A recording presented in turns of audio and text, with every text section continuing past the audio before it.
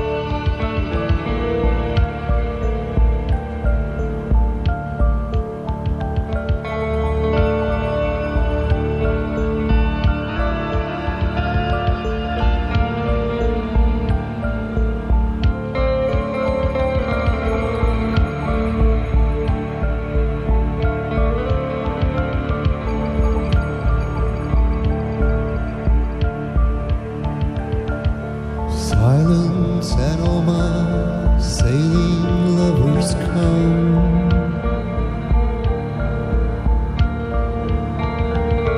to grief of cry of island, sea of love.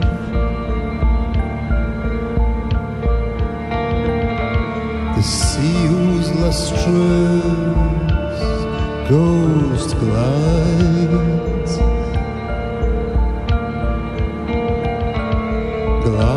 through the central blue of your eyes.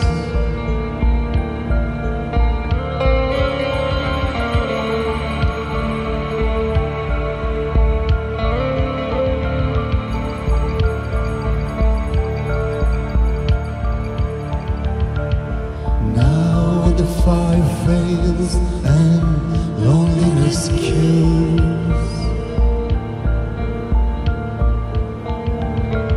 the soul longs to be gone from where it is. I appear bemused to you, wondering what a kiss change things.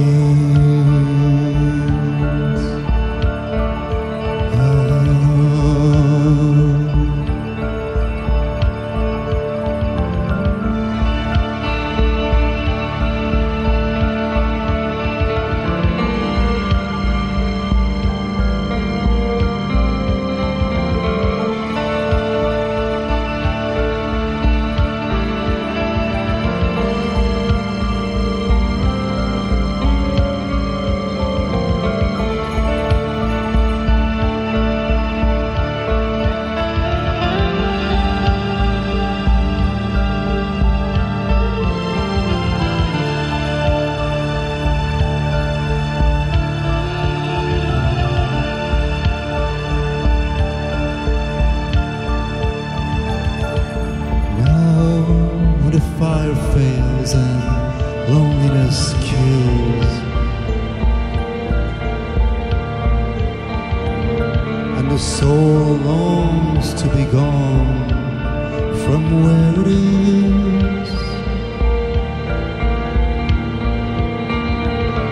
I appear bemused to you, wondering what a kiss change things.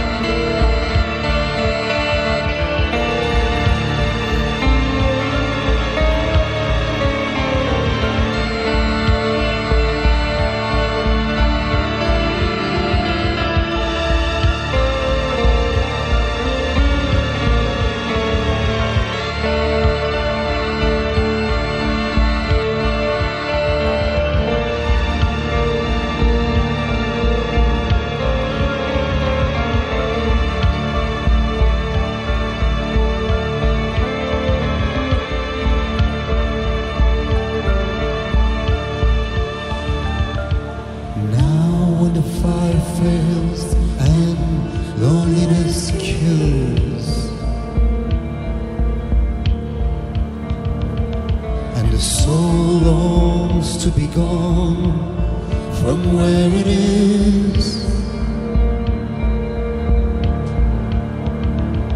I appear bemused to you, wondering what a kiss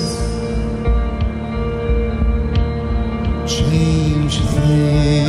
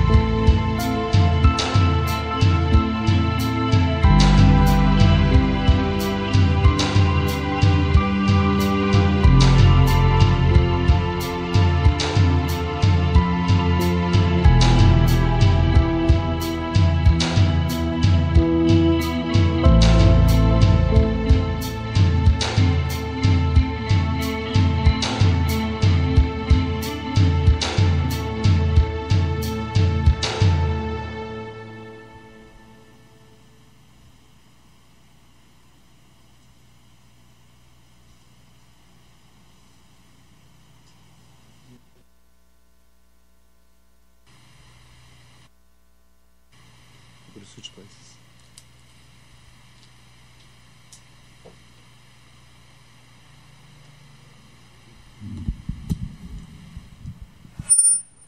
You're listening to Dung Mummy Radio, and this is the part when they switch places on stage. You're listening to Deleyaman. They came here from France.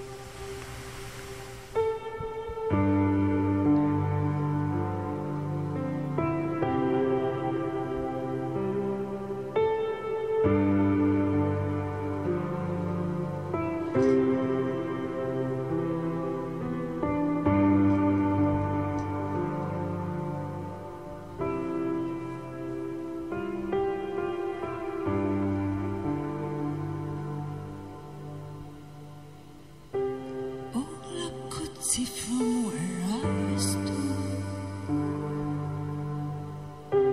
was 3 long mountains and a wood. I turned and looked another way and saw 3 islands in a bay. So with my eyes I traced the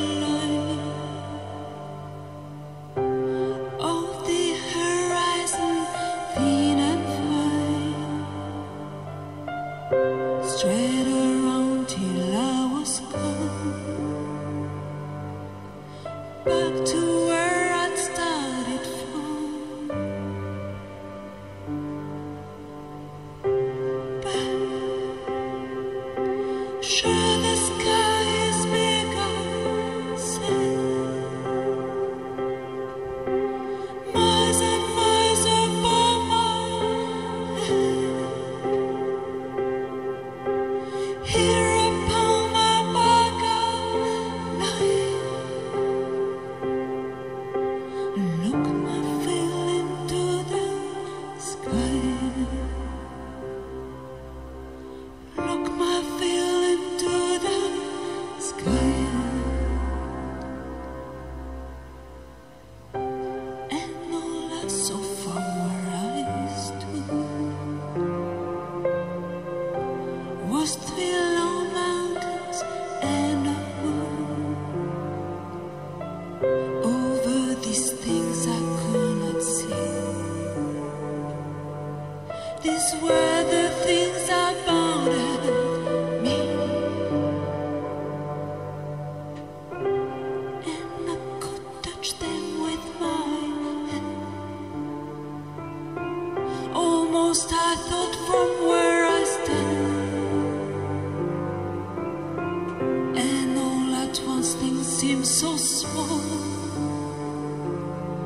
My breath comes short and scares out all. But sure the sky is big, I said, miles and miles above my head. Here upon my back I lie. Look my feel into the sky. Look my feel into the sky.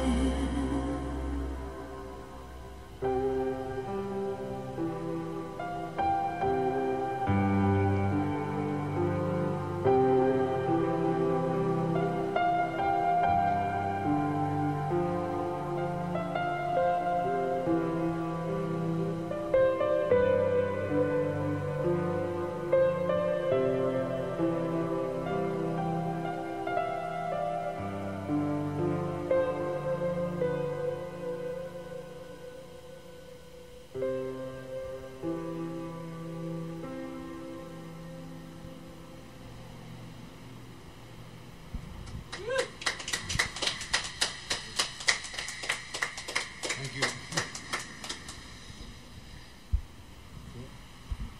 How is the reverb? Too much? I should put it down a little bit.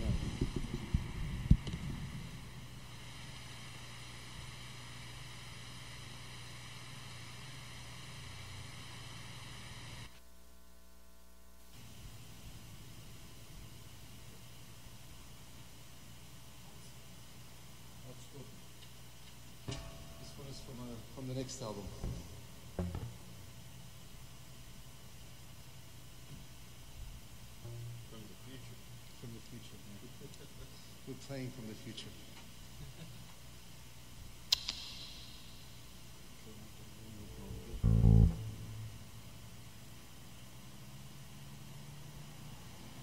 Okay. 1, 2, 3, 4.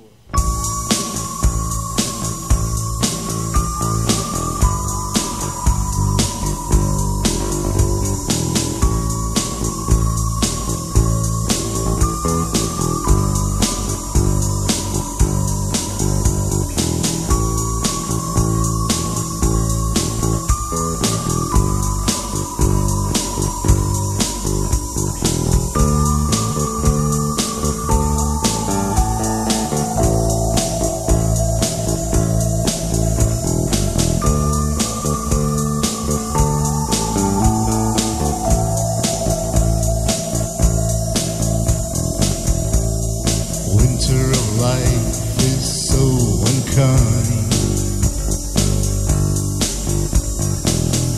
When we've played all summer long,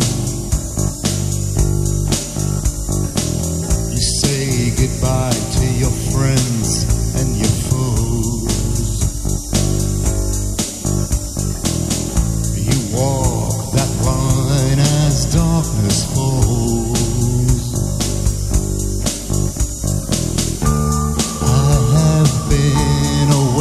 Heartbroken,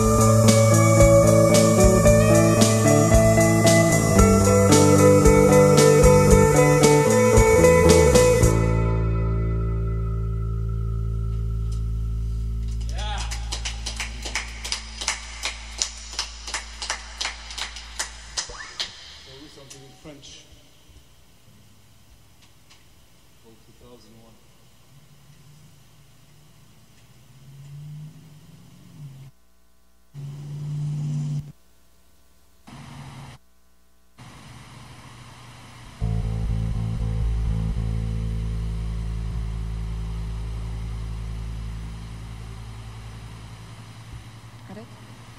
Signe pour démarrer.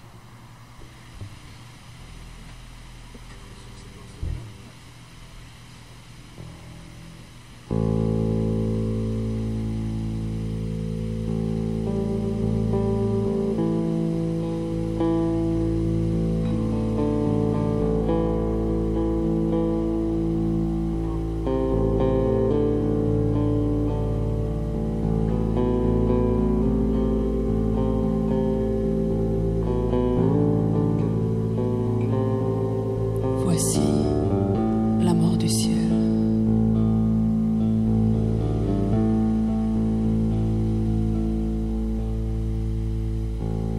En l'effort douloureux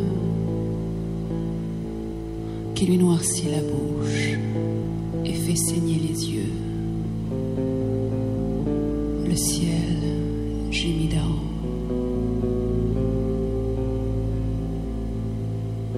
Tous ses nerfs se retirent.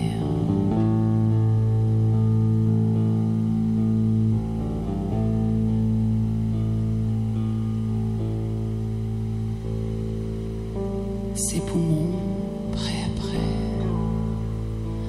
sans relâche, respirent. Le soleil vêt de noir le bel or de ses feux. Le bel œil de ce monde est privé de ses yeux.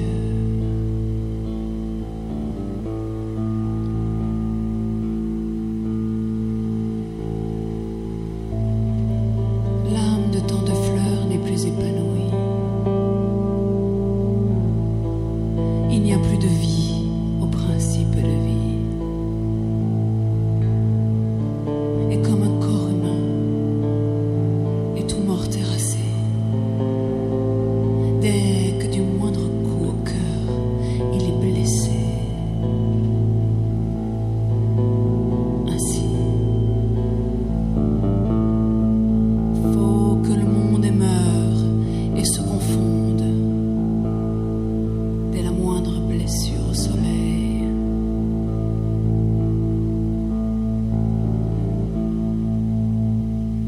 Cœur du monde.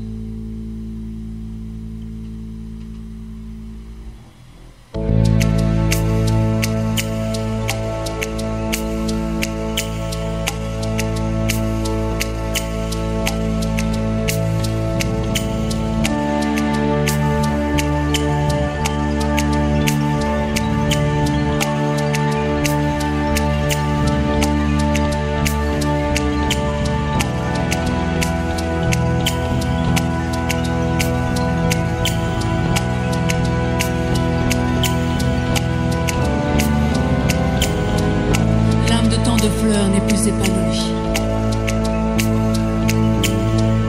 Il n'y a plus de vie au principe de vie.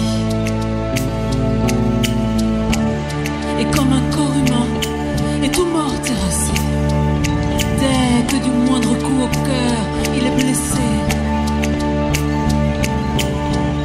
Ainsi, faut que le monde meure et se confonde dès la moindre blessure au soleil. Cœur du monde.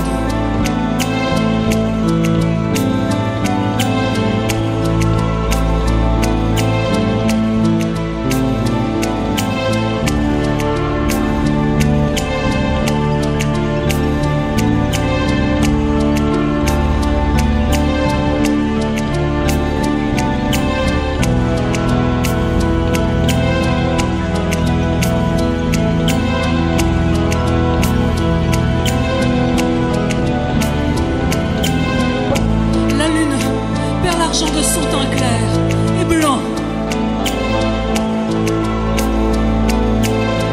La lune tourne en haut son visage de sang. Toute étoile se meurt.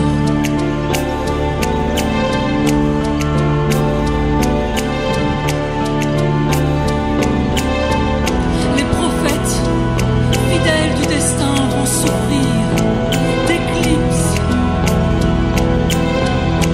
éternelles. Tout se cache de peur.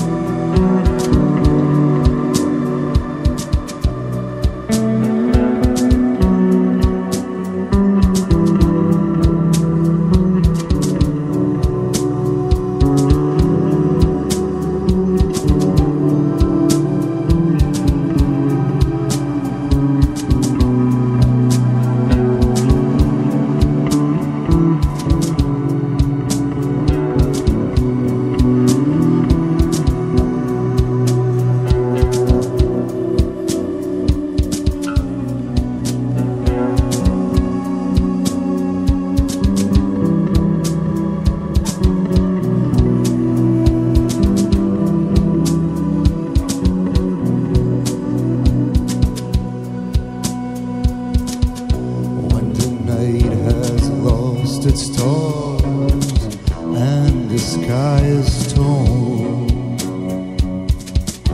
When the mother gives her love, but the child ain't born. When soldiers can find their way back through the wall, and the ship has lost its way off the western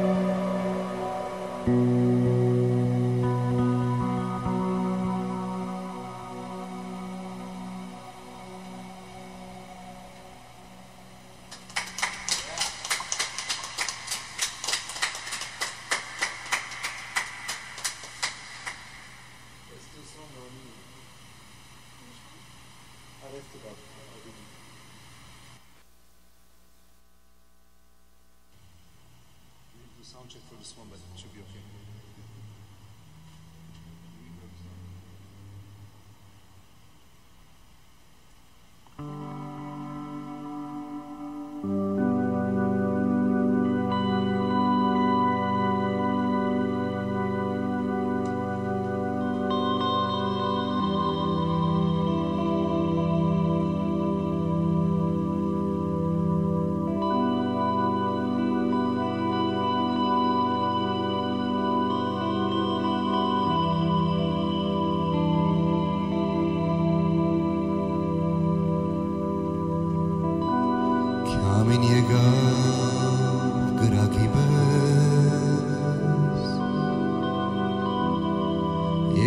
passav churu jovoges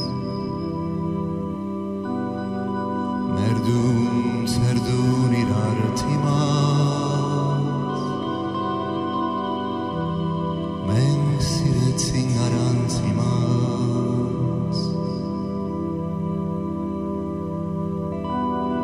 arevnare vana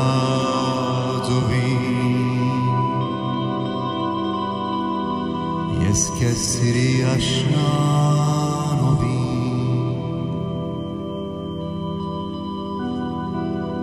vart patsvetsav kagelchga yares paragel smelchga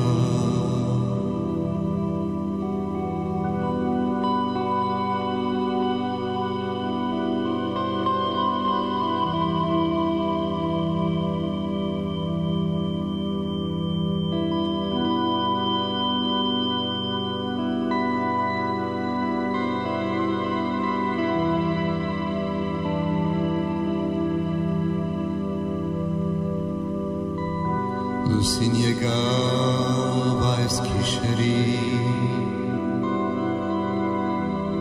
Jareste sageski šeri Pariertan sarvi seira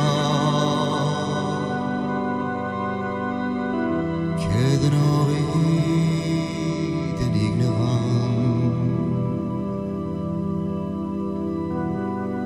Arev teba masis sarim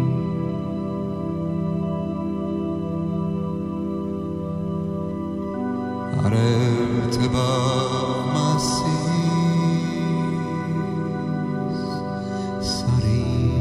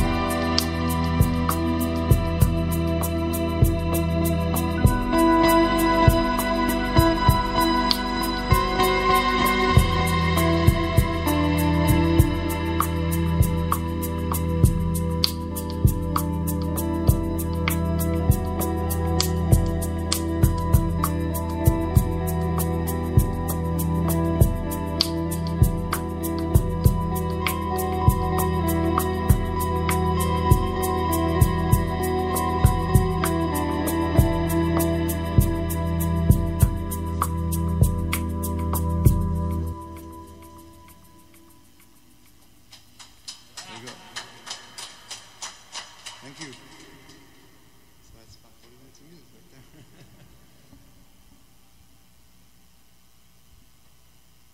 there. This is the Ustad, and you have been listening to Deleyaman live on Dung Mummy Radio. So I think we're going to talk to the band members here for a moment. Let's get situated, and I'll give you guys headphones, and we'll do that. How about I spin something for a moment, and then we'll get situated.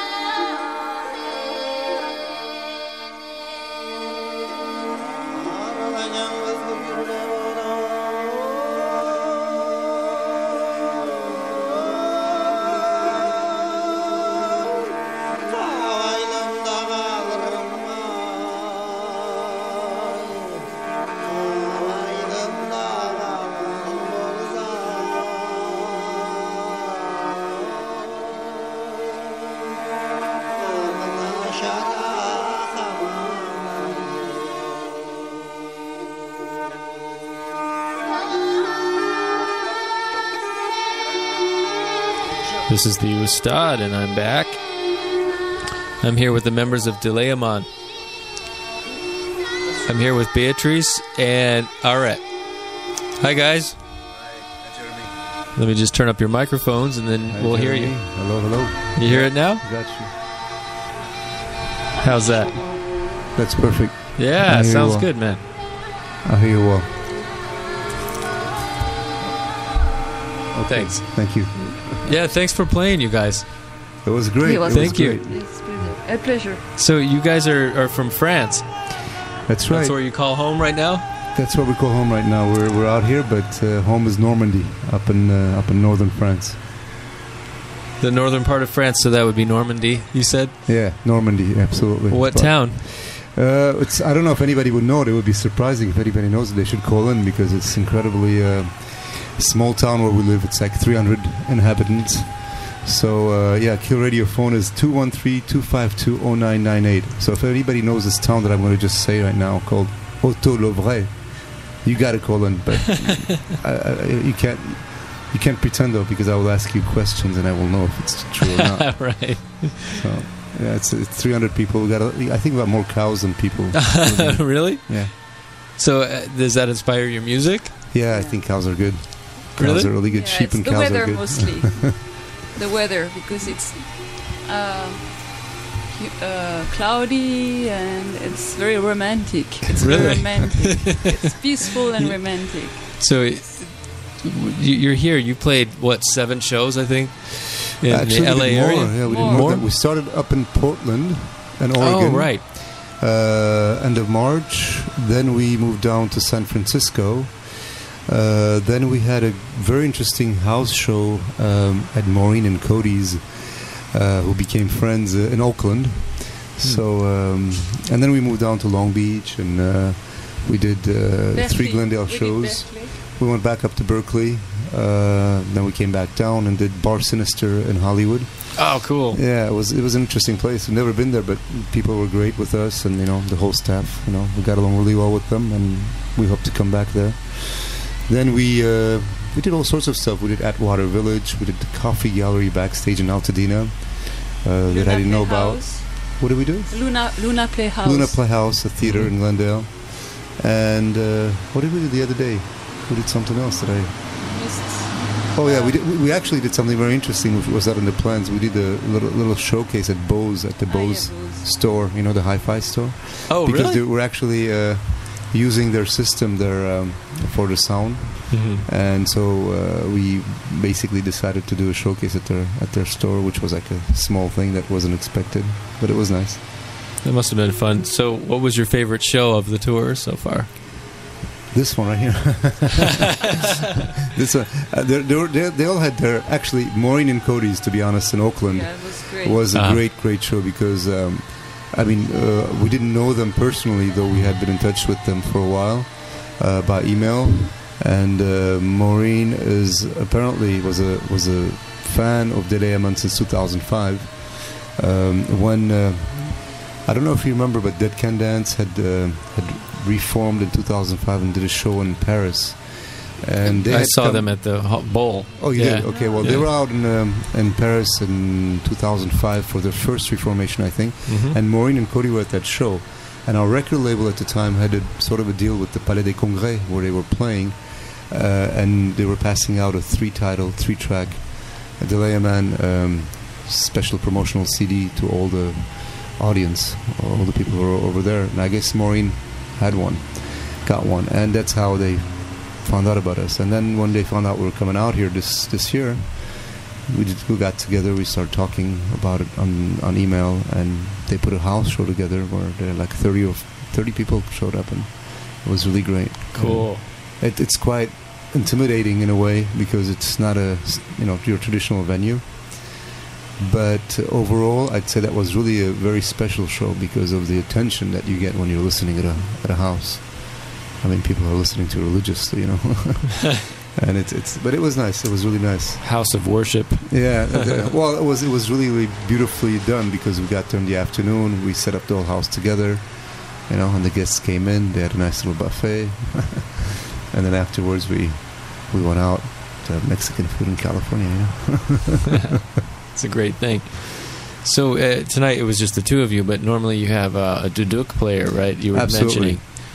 Yeah, I was mentioning it to you off the air when we first got here. Normally we're a 4-piece band, 4-member band, and we've been such since the year 2001. The other 2 members are our drummers Mia Bjorlingsen. She's a Swedish woman who is our drummer, and Gerard Medillion is the duduk player. He's French-Armenian, and the duduk is a very special instrument that we use in our music. And for those of you who are not familiar with it, I'll just say a few words about it. It's very ancient, about 3,000-year-old instrument made out of an apricot tree. And it's a double reed instrument. It's said to be the ancestor of the oboe. And it has a very specific sound. It sounds almost like a human voice at times, a very plaintive human voice. At other times it sounds like the wind. It could be extremely heart-wrenching, and it could be also very mystical in its sound. It's a traditional instrument in the sense that it's used in certain parts of the world, like Armenia, and the Caucasian mountain areas. But I guess I can use the word proud, a word that I don't like that much, but I'll use it this time. Proud to say that we were probably one of the first bands who actually had a permanent member in the lineup of a band with that particular instrument. The reason being, I really wanted that instrument to be a part of the band at all times, not just for one song or two, but just like a guitar or bass or. Well, I heard some of it tonight. Yeah, I had it on, even though he's not here. We did have for one song, but it's quite an impressive instrument. Yeah. Yeah. It's a beautiful sound. I heard it's a really difficult instrument to learn. It is, and the way they learn it is very very different too. I mean, now they have schools apparently in Armenia, and they have some teachers and all that. But the way that Gerard has learned it, and the way a lot of people have learned it throughout the centuries, is more a relationship from the master to a student, where you actually go out to the village where the person you love, the way he plays duduk. It's not an academic way to learn. Actually, Gerard don't know how to read a partition. Yeah, He don't know sheet, the notes. He just he do everything by ear. Oh, okay. Yeah. It's how the transmission is made. Yeah, it's basically it's transmitted from master to the student, and you just basically. But you don't read the music. Yeah. You just listen. And plus, it's a whole different scale. It's a scale. It's a different scale. It's Eastern, Middle Eastern, or Eastern or Armenian music scales are very different. It's they have like quarter, 16 notes, so it's impossible to write anyway. So microtonal. Yeah, microtonal, and you got tetratonic chords and all that, tetrachords and all that. So it's quite difficult to actually put it down on paper, because technically speaking, it's probably impossible to do one thing twice exactly the same way. It's not like a piano where you know exactly what note you're going to hit, and it's going to give exactly the same 440 or 442 tune, perfect sound. And it's the case with a lot of wind instruments, but the duduk is specifically a difficult instrument to play. It's continuous breathing techniques, and you're constantly renewing your breathing and circular breathing. And when you see somebody playing, it's quite strange to see them play, because the facial expressions are quite strange to look at. Really? Yeah. No, I don't think I've ever seen someone play it. Yeah, no, it's quite interesting. I've just heard the music. Yeah. No, it's difficult, and I've tried it. I can get some sounds out of it, but I mean, to actually play a touching, melody or something strong and emotionally, viable, it's a whole different, it's a different thing. Well, you mentioned Dead Can Dance. I mean, you have the obvious, 4AD influence in your music. Is that kind of where your origins? I mean, no. That we've been asked often, and funny enough, I think that what we share with Dead Can Dance, more than a direct influence, is probably both our influences seem to be coming from the same places.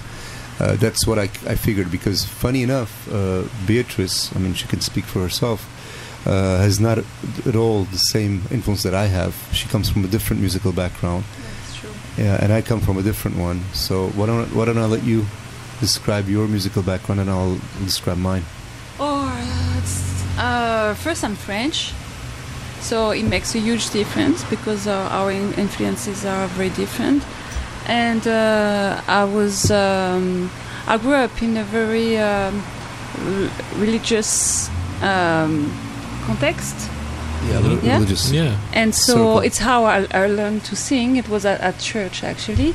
And it's how I get, because I get bored in the church. I was changing places, and I was used to sing different part of the same hymn.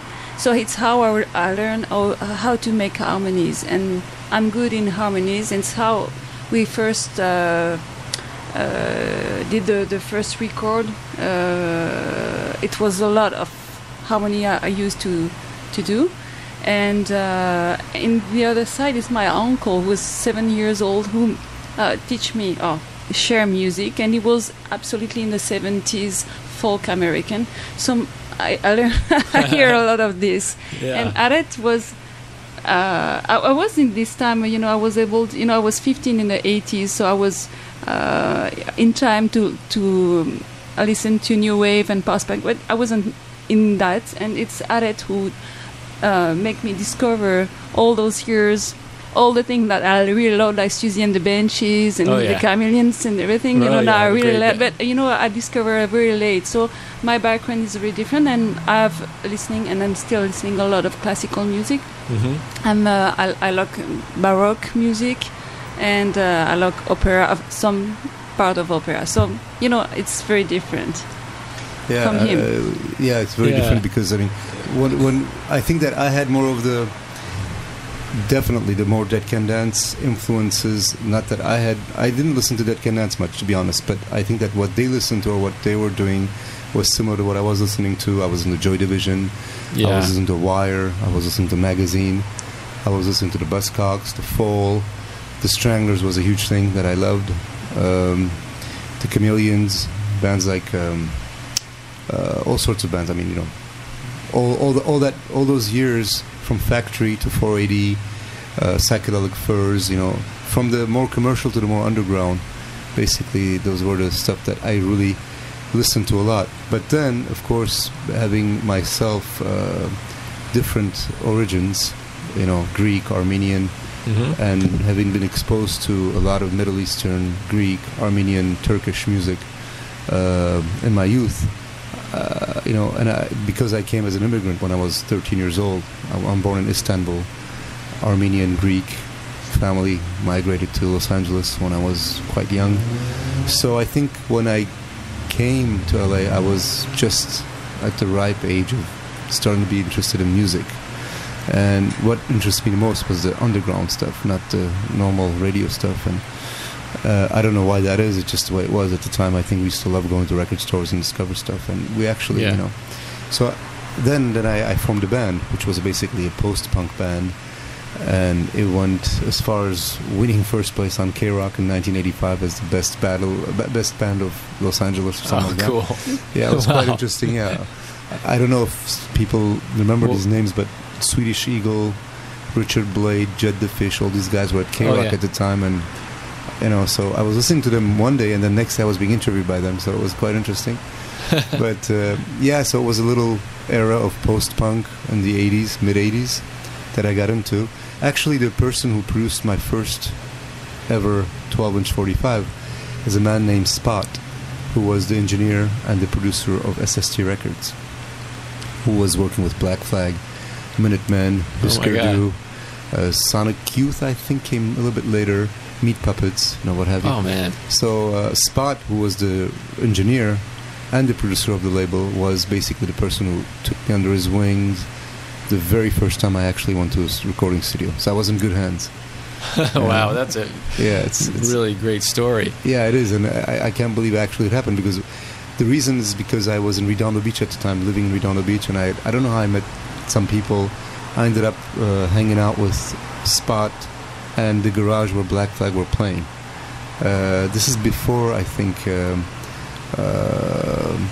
what's his name? Rollins, before Henry Rollins came in to the band. So basically, you know, I was hanging out. I didn't know who they were, actually, you know, really. I just knew they were doing, you know, something interesting at the time. I think they were going to Germany on tour or something in those years when I met them.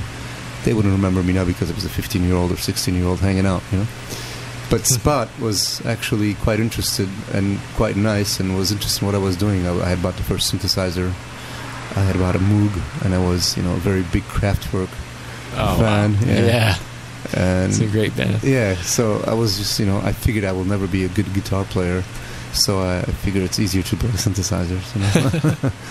And I liked electronic music at the time. So musical backgrounds are very different with Beatrice. Gerard is totally different. He's into heavy doses of traditional music from the East, Armenia especially. Right. He's I could probably say, without a doubt, he's an expert in Armenian music. But really? The real, from a musicological point of view, you know, not just the stuff that you get in record stores, but the hard stuff, you know, to find. And so he's really into that, and he has been for years. And Mia Bjorlinson probably is a huge, which is a very interesting mix with what I just said about what my influences are, like Neil Young and, you know, Fan, a big fan of the 70s. So we have like incredible mixtures, you know. She's an ex-hippie. Yeah, she's an ex-hippie. Yeah, I'm like I grew up being an anti-hippie. So you it's know? very post-punk and ex-hippie. You know, can you imagine the mix? So in one band, we have in a band, we have a traditional Armenian music expert. We've got a hippie, an ex-hippie. We've got a post-punk, and we've got a classical. So you know, and world music, because I And was world thinking music, I was listening for a lot for world music. yeah, we all still. did. Yeah, it's true. We all were really into a lot of instruments, like what we're talking about, the saz, Yeah. the oud, the kanun. All this, you know, I think that once you shed off your influences and once you find your way, Yeah. then you start getting into, you know, basically doing what you want to experiment with, instruments, and you kind of stop thinking about wanting to sound like anybody. Well, definitely the listeners to the show know that it's Yeah. true about my background and like Yeah. what I play, what Absolutely. I spin. You know, Yeah, it's I mean, kind I of heard it's so incredible. similar. I mean, Yeah, very eclectic and very, it's not so cliche, you know. yeah. I mean, liking Always. post-punk is one thing, but it's nice to get out of it too, you know. Right. I mean, you always have that because you grew Yeah. up with it. And Absolutely. So, but it's like you want to expand, and that's what I do with the show. Is I'm always trying to find new sounds and Absolutely. discover new corners of the world, little pockets here and there, and And it's you know, incredible how yeah, I mean, what's funny is that I think the post-punk thing first was bands and music and all that, and I realized that it was more of an attitude, and not necessarily an attitude Mhm. as far as like fashionable or anything like that. right, I think it's an attitude in the sense that in those years, it was quite difficult for a young man my age to want to become a musician if I was to be inspired from the 70s, because you had to be a real technical musician. right, Whereas when the punk bands came, I mean, for those of us who know this, but a lot of young people may not know this, but they basically opened the door to the possibility that if you don't know how to play an instrument perfectly well, no big deal. You still have something to say. You can do it with 2 notes. You can do it with 1 note. yeah, You can just do it on pounding on a bass and the right way with the right feel, and something will happen. And I think that really opened the doors for me and for a lot of people that I knew at the time, who were probably, you know, would never have dared, you know, get on stage and do something. You know, I mean, people like the Sex Pistols, the Stranglers, you know, these were bands who at first were playing just simple stuff, but then as they evolved, you know, the Stranglers is a great example of a band who started with pure punk, rock punk or something, and then they Yeah. evolved something like an album, Feline. The album is an incredible album. yeah. So, you know, Absolutely. I think Dead Can Dance is another perfect example. yeah, that's Because true. I mean, kind of starting point is like the Joy Division kind of sound, but then Yeah, just that's true. imagine like they probably had no idea where they were going to evolve. Oh yeah, to, you know? absolutely. I read a lot about them because we were compared so much to them that I ended up really trying to find out about them, Mhm. and that's how I figured that I found out that our influences were very similar. Mhm. I think that from what I read, the singer of Dead Can Dance, Lisa Gerard, Mhm. grew up in Turkish neighborhoods in Australia, Turkish Greek neighborhoods. So that's, you know, Really? when you did that, when you were exposed to that music, that's definitely a very similar point that we have. I mean, because my grandmother was Greek and Armenian and Turkish neighborhoods, you know, you're looking at the same type of music. Then the Joy Division thing, Joy Division, you know, the side that all that 480 influence from Factory, I think, originally. Yeah. Actually, I like the first couple of albums of Dead Can Dance a lot because of the fact that it's very, very, it has that post-punk element. It's really cool. And Yeah. a lot of people who know Dead Can Dance don't know that Yeah. early stuff Yeah, as I like, well. I like that stuff a lot, and I think that those two, you know, different worlds coming together right away create a whole new sphere that probably has not been experimented with. And I think Dead Can Dance, what they really did is to be the first probably European band to experiment, to bring in like the Middle East into something more alternative. I think Natasha Atlas and Trans Global Underground were doing it too Mhm. early on, Yeah. but I don't think they were doing it from that mystical point of view. You know, it seems like Dead Can Dance touched on something more maybe mystical. They took the more, you know, mystical side of the East. Yeah, I kind of like the fact that they didn't do a literal interpretation. They kind of started, like maybe they invented maybe in their own language or not really singing in any words or anything Cocteau like that. Twins was another band that I used to. Elizabeth Fraser. I mean, amazing. I listened to them more than Dead Cannons. I found out more as we were going along because of the comparisons. But I actually did listen to Cocteau Twins a lot. I mean, Four Calendar Cafe or Heaven or Las Vegas, or even the earlier stuff, Victoria Land and stuff. I used to listen to quite a bit actually in the early '90s. That's great music, but I could hear it in your guitar style. I saw Dirty Column as well. Remember Dirty Column? Well, that's, I would say that's like the precursor to Cocteau Twins. Yeah, absolutely. That's where they got that sound from, I think. Yeah. I agree. Factory Records again. I love Dirty Column, and I think he's still going strong from what I hear. Yeah. What was his name? I forget it. It's Vinnie Riley. Vinnie. Yeah. Vinnie Riley. Yeah. And you've got bands like Section 25.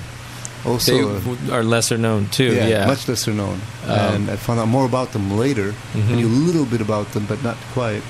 And really good stuff too. I love them. Yeah, I love all that stuff. Yeah.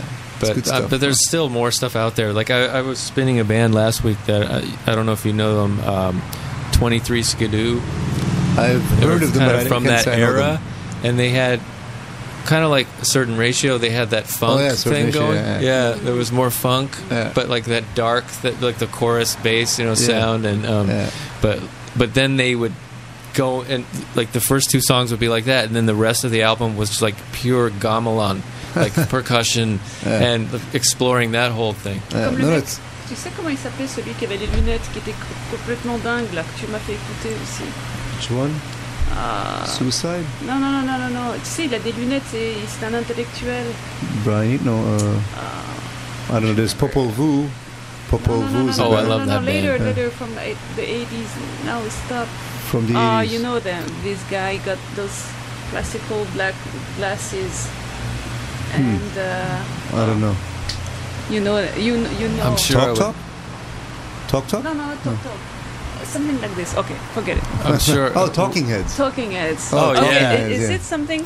Yeah, like like kind of like Talking Heads, but maybe more post-punk. Yeah. Okay. Yeah, Talking Heads was more like artsy almost, right? Yeah. Definitely.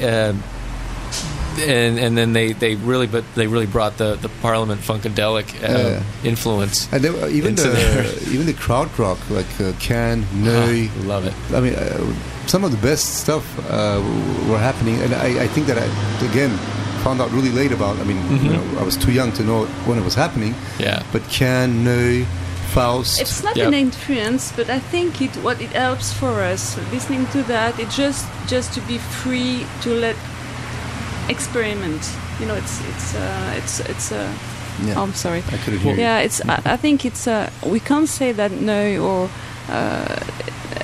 the crowd rock. It's not an influence, but what it's I think it's make us go over the limits. We put ourselves, it's just exploring. It's inspiring more than an influence. I think. Right. Yeah. Well, because that's what people say about that. Krautrock was like starting like from a fresh, blank slate and just starting something totally new. Well, it's original. I think that it's difficult. It takes a few years when you start doing music. I think just to find your own sound. Yeah. I mean, it's such a simple thing. First, you start doing like music, like a catalog. You do an album. And all of the songs sound okay on their own, but all together there's something, just not connecting. At least that's the way it was in the very beginning for me, because we were experimenting so much that you don't find your sound. You have all sorts of sounds, and then like you said, the chorus on a bass, or the I don't know, the delay and the chorus on a guitar. Yep. Simple stuff, and all of a sudden you got a sound. Now it's difficult to find your own sound because there are a lot of sounds we like, right, and that we probably get inspired by. And I think that's the whole trick. The trick is how do you find the sound? Like Robin Guthrie, of Cocteau Twins, his guitar sound, and it's totally recognizable now. Yeah. Like Dirty Column is a little bit different. I think Robin did it good enough where he personalized, Definitely. You can't say it's a rip-off. No, not at all. And plus, I think everyone is inspired by somebody. I'm sure Vinny has, he can probably give a name or two. why he got his guitar where he got I'm it from. sure. you know? Yeah, I don't know where, but Yeah. I'm sure he would say, yeah. No, that's definitely true. Anyway, I think that it's a normal transmission. I mean, I don't see how we can just create it out of nowhere anyway. Yeah. So let's go back to L.A. is like a huge center for Armenian culture. Yeah. Being that I think there's a population millions of Armenian Americans in Los Angeles. It's You're right. one of the biggest. You're right. Places. You're absolutely right. We did 3 or 4 shows in the past as well. We had done one at the Zipper Hole in 2008 in downtown LA, and we had attracted probably the most Armenians on that show because a lot of friends and family had gotten involved in getting the word out. And the name too. I think the name of the band is so Armenian. Armenian. So it wasn't a purpose, but it was like this. It's the name which I choose. Didn't know anything about Armenian culture and everything, and I think the name attract Armenian because it comes from a very famous Armenian song, and so they catch the name like this, and they came and they discovered. Sometimes they're very surprised because what we're doing is not traditional at all, but I think it's first the name will attract them. I don't know what you think at it. Yeah, I think there's all sorts of reasons. The fact that we don't do Armenian music per se, right? Probably will not get those millions of Armenians because I think a lot of the Armenian Americans, like all other minority communities, and they're kind of looking for their roots, nostalgia in the music. And when you're not providing them with what they are familiar with, it's difficult for them to come out to your show because they've been separated from their roots. What they're looking for is some sort of connection during an hour or two, or in a movie, or in music with what has been lost. And what we're doing is not that. What we're doing is maybe the duduk sound definitely carries some of that, but the compositions in Deleyaman. In the beginning, because the first album I was singing in Armenian. Singing in Armenian. But we're not doing that anymore. But it's not Armenian music in any way. No, it's not Armenian music, but they were... No, we never really got a huge Armenian following. We got Armenians who came to our shows and who liked us very much and who followed and who probably will follow, but we never got... we didn't become like an Armenian band where completely every time we showed up someplace, Armenians would show up. It wasn't like that. It's never become like that, but it's more and more. If we play more in LA, I think it will happen more so. But then it never was my goal neither, or our goal, to just be a community band. And if anything, I was trying to avoid it because what I was looking for is something more universal, something where we're like I like being here and talking about the Armenian reminiscences in our music with you. More so than if we were just in an Armenian radio station in Armenia talking about Armenian, music. I think it's just more, just like you said about when you find music, we're looking for music. Well, I think that sharing the different cultures with somebody who's not of the culture is more interesting than, just being in a closed circuit. You know what I mean? Yeah, that's what this show is really all strives to do. Absolutely. That's what I'm interested in. I'm not really interested in just pure. Yeah. There's the purist movement, right? And even like you see that with American traditional blues music. You have the purist people. It's like it has to be the Mississippi Delta blues. It doesn't attract me. That drives me insane. Yeah. Not only doesn't attract me, it aggravates the heck out of me. It's annoying. It's annoying. Yeah. So for those same reasons, I always wanted to do. I always liked seeing some young kid, if it happens, sitting next to an Armenian grandma, why not, But I don't want to just, I don't want to do it so that our music is just talking to one type of people. I like it when it crosses all sorts of barriers, transcends all that, Yeah. But it doesn't mean that I'm not happy when, Armenians are, recognizing it as music they could, relate to. That's fine. It's just not the main purpose of it. The main purpose is to, gather different people together so that they can kind of exchange, Right. That's so point. I'm not a hippie, but I'm talking like one. That's okay. Yeah. But that's the whole thing, is that when you grow up in the post-punk or goth or whatever worlds, and then it's okay. One day you realize it's okay to discover like psychedelic rock or whatever, and there's so many. It's all of a sudden this whole world opens. Yeah. This whole other thing, or then you see whole generations now discovering like Joy Division or whatever. Now, it's like so cool.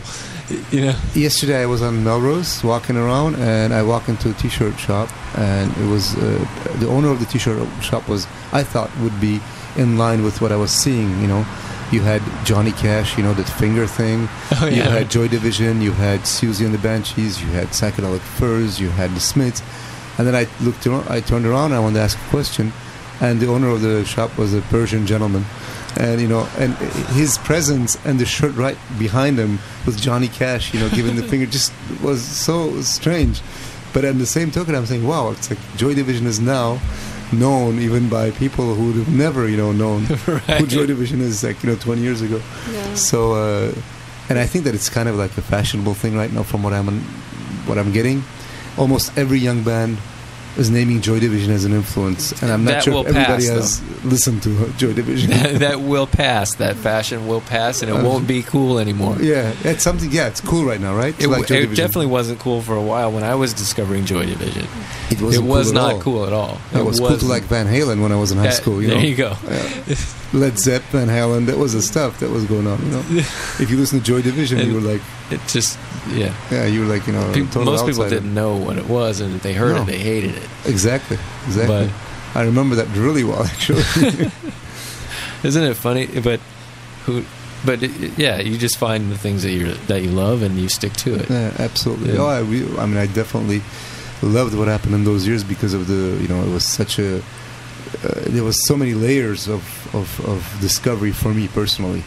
Immigrant, learning the language, high school kids, and they're not always easy on one another, and right. It was the 1980s. Mm-hmm. So 80s with what was happening with Iran and all that, people were, not the xenophobia of that era was.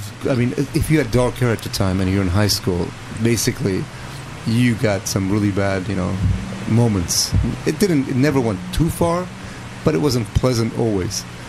Though it wasn't everybody, I admit. But so music was a friend. So when you came home and you turned on Joy Division or the Stranglers, I feel like a wog from Stranglers. He was your friend. Well, it's like because now there's a whole new era of xenophobia in this country. Yeah. It's getting really frightening. Yeah. I think it's. I don't know if you see it in France. I think it's everywhere.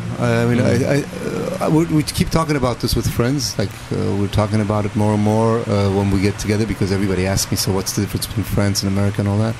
So we talk about it, and I think that the immigration is always explained in such a wrong way to people that they don't even know what they're talking about at one point. And I think that people should stop listening to 8 o'clock news and believing what they're hearing over That's a good place to start. They got to stop. Stop listening to 8 o'clock news. Whoever's listening, just got to stop. Turn it off or something. Well, I think most of the listeners here are pretty open-minded already. Yeah, I would imagine. Aren't really. So where'd you get the name from? Kill Radio. Well, it's short for Kill Corporate Radio. Great. Yeah. Okay, I knew it was some. I'm new to it. It was started in the late '90s. Okay. Yeah, at the beginning of internet radio. It was one of the first ones. Okay. Yeah. Yeah, I found but it's definitely a collective. They have a consensus system. It's it's run like a socialist collective, basically. Absolutely. So. I watched a documentary not so long ago called "Before the Music Dies." Have you seen that? No. What's that? Well, it was a documentary, and I found out that is it Clearwater that owns most of the radio? Clear Channel. That's right. Yeah. Yeah. I didn't know that they owned like 99 or 100 radio stations. Yeah, that's why the mainstream radio in this country is so terrible because of that.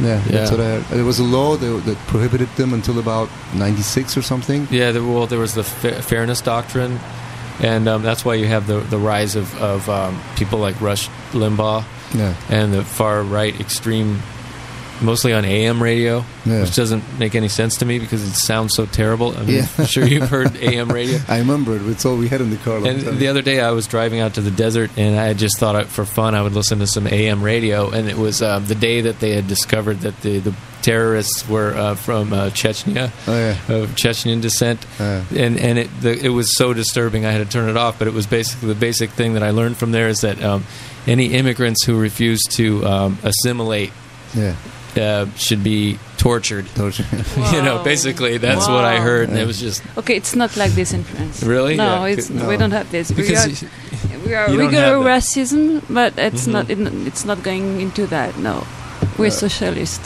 for the Yeah. moment. For the moment. They exist, For but I the don't next think they're not going to get 4 the- years, we're socialist. They exist, but I don't think somebody like Rush Limbaugh would get as much attention over there. Really?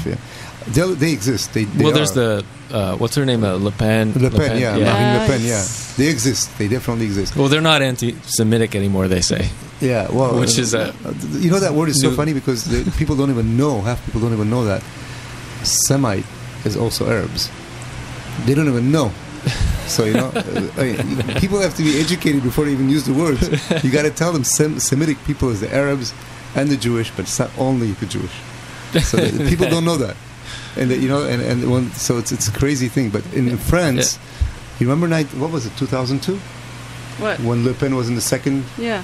No, it wasn't. It was almost. No, but he was in the second, and I don't know if you remember, but in 2002, the election system in France is different than in the States.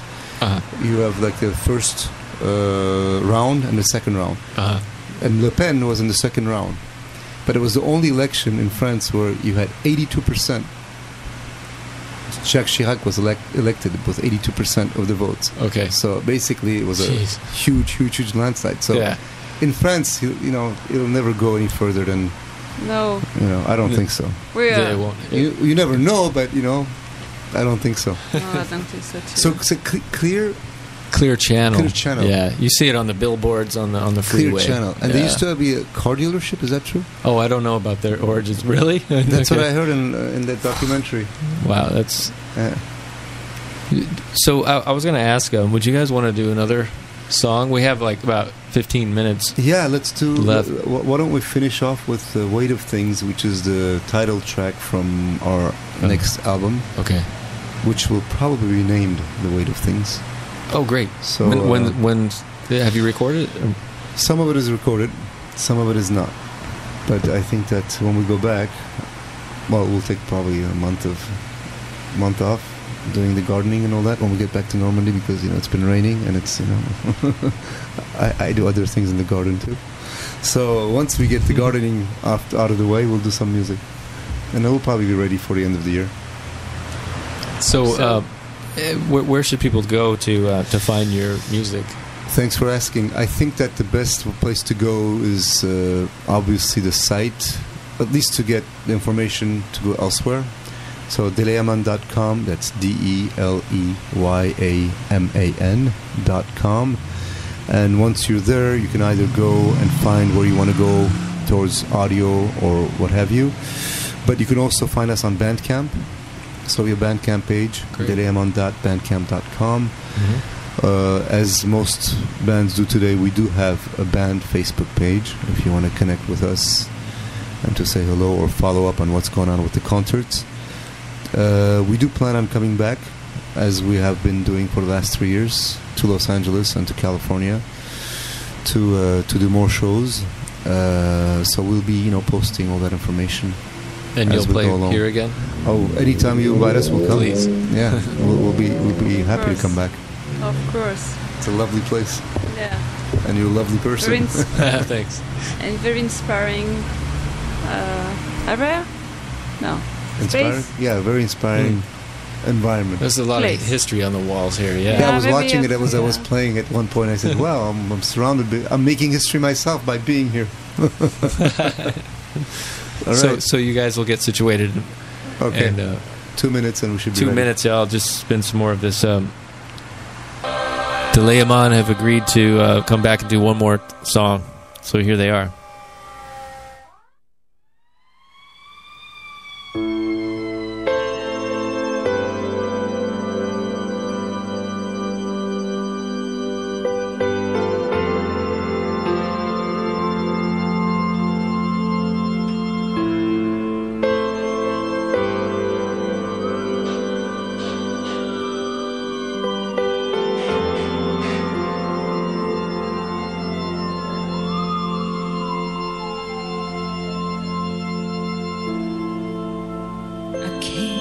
the place where the sun's laid shade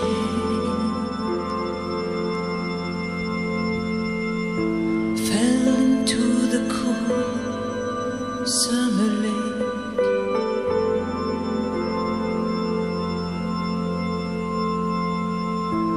And you stood there on each rose edge, called my name.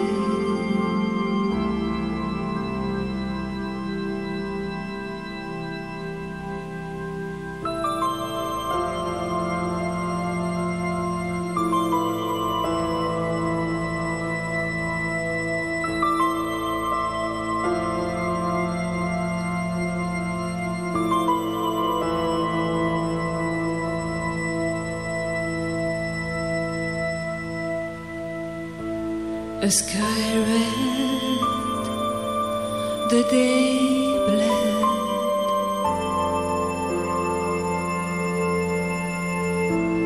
I took another breath of life again.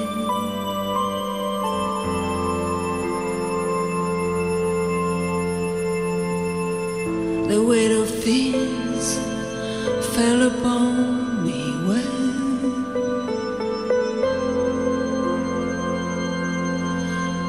I couldn't see you, hear you call my name.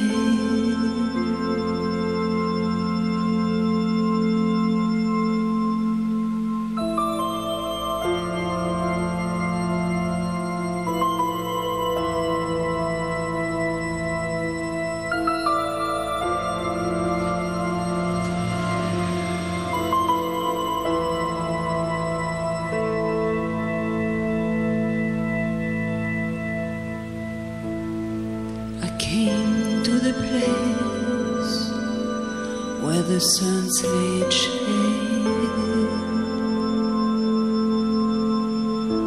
cast its spell against the lake.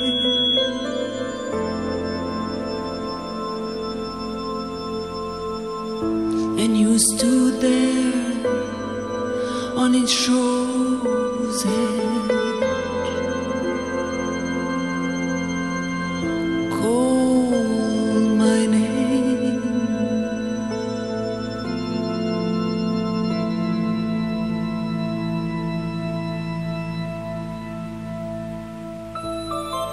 I couldn't hear you call my name.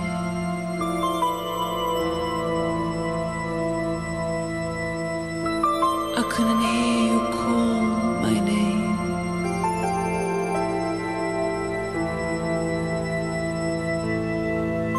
I couldn't hear you call my name. I couldn't hear you call my name.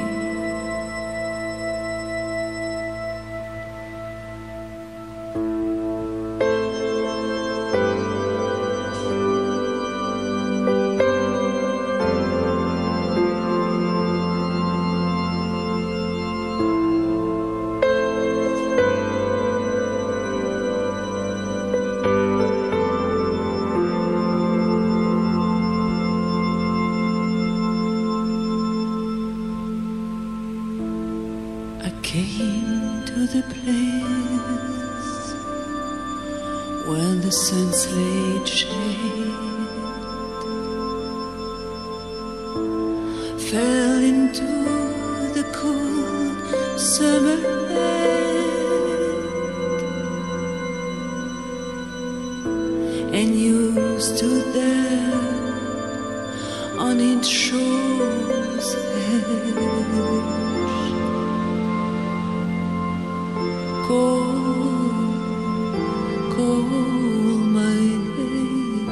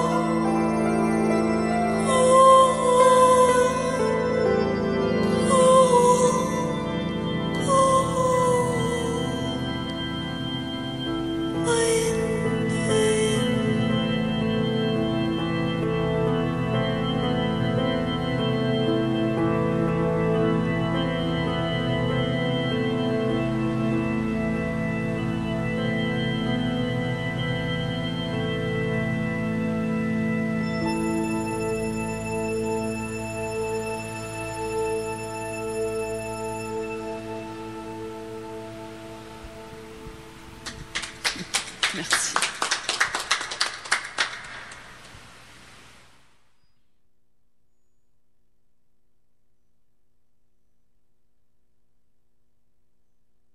You've been listening to Deleyaman, and I don't know how to work this board after a year and something. So, thanks for listening.